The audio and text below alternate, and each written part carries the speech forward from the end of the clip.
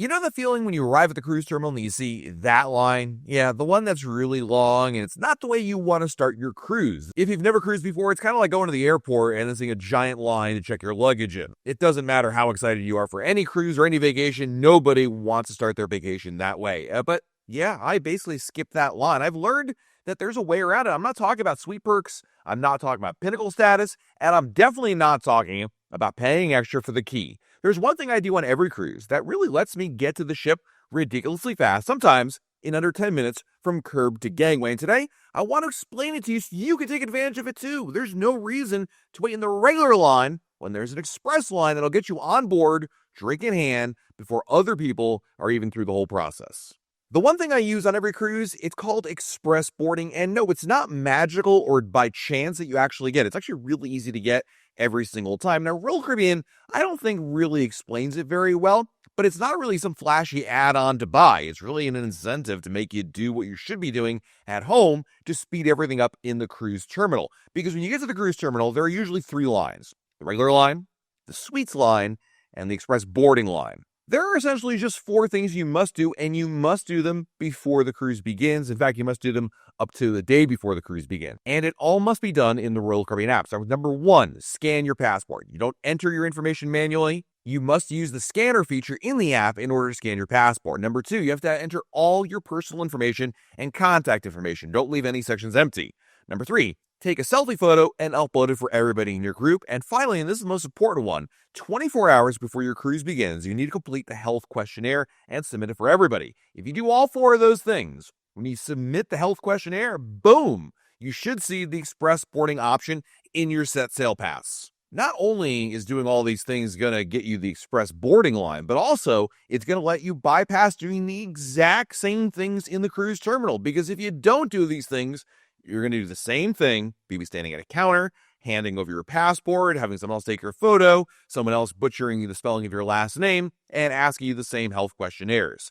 They're going to have to do it, and it's just going to take more time, not to mention the fact you'll be in a different line. So it's shockingly fast, actually, when you can do all this and get through the express boarding. Basically, what express boarding is they're just going to verify that everything you've entered is correct and there's no omissions or you forgot your passport or anything like that. But really, it's amazing. When I went on my last cruise in both Port Canaveral and then before that in Port Miami, I was on the ship in maybe 8 minutes. I mean, this isn't a loyalty perk. This is something anybody can get, even if it's your very first cruise. It's all about preparation, and that's really the difference. So you're probably thinking to yourself, well, Matt, why don't most people do this? And the problem is most people treat cruise check-in like airline check-in. They think to themselves, I'll deal with it later.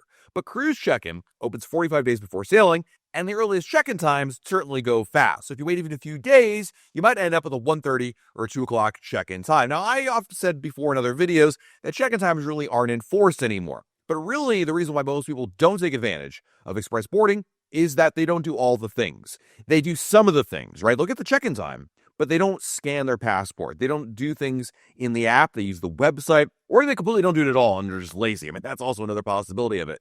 And the problem is they're missing out on it because express boarding is only available through the Royal Caribbean app. And as I mentioned earlier, you must do all four steps in there, including that critical one, which is the health questionnaire, because you can only do that 24 hours before your cruise begins.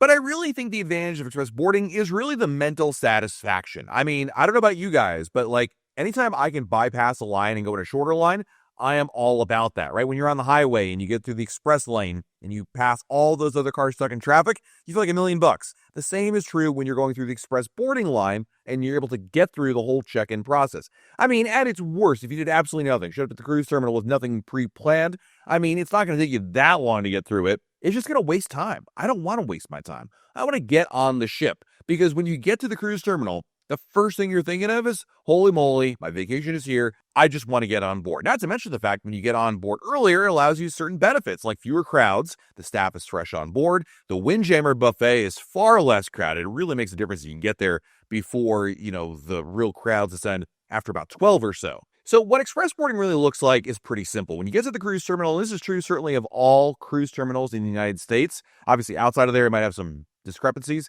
but basically you're looking for the special lines, usually a purple sign there to indicate it's for express boarding. If you happen to book a suite or you book the key against my recommendations, that's okay. Then there are separate lines for you and you should use those instead.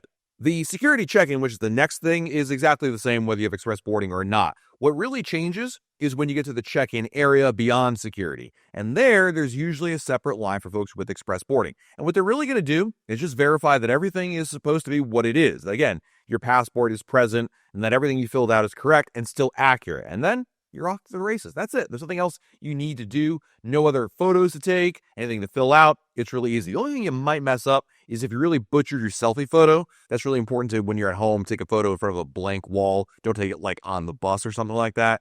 They can't have like distractions in the back of your photo.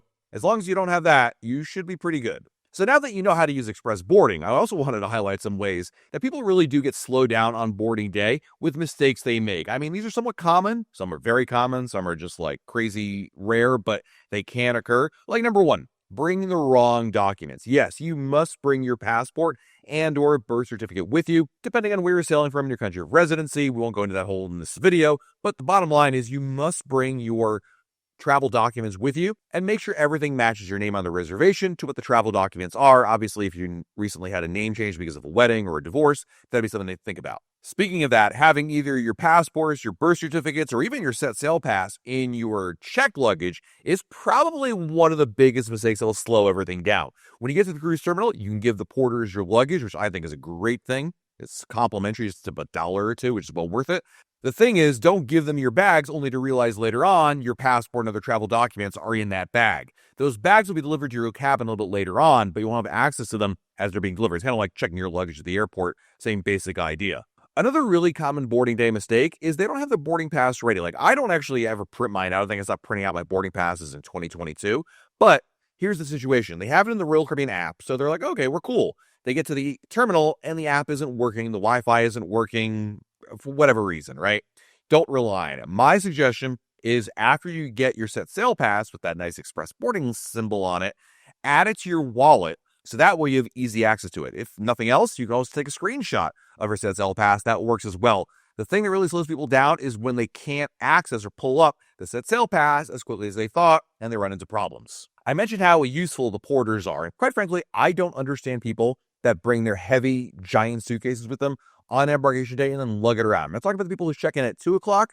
I'm talking to the people that arrive at 11 a.m. and then for 3 hours have their giant suitcases with them because they didn't want to check it for whatever reason. Anyway, check your luggage. And when you do that, make sure you print your luggage tags in advance. You can print them out via the website or even the app, and all you have to do is then attach it to your suitcases. Now, by default, most people just staple it onto their suitcases. However, one of my favorite little cruise hacks is actually purchase luggage tag holders. You buy like a 5-pack of these and they last forever. And they're basically plastic holders that you put the luggage tags in, and that way you don't have to worry about them ripping. You attach them to your suitcases and you're good to go.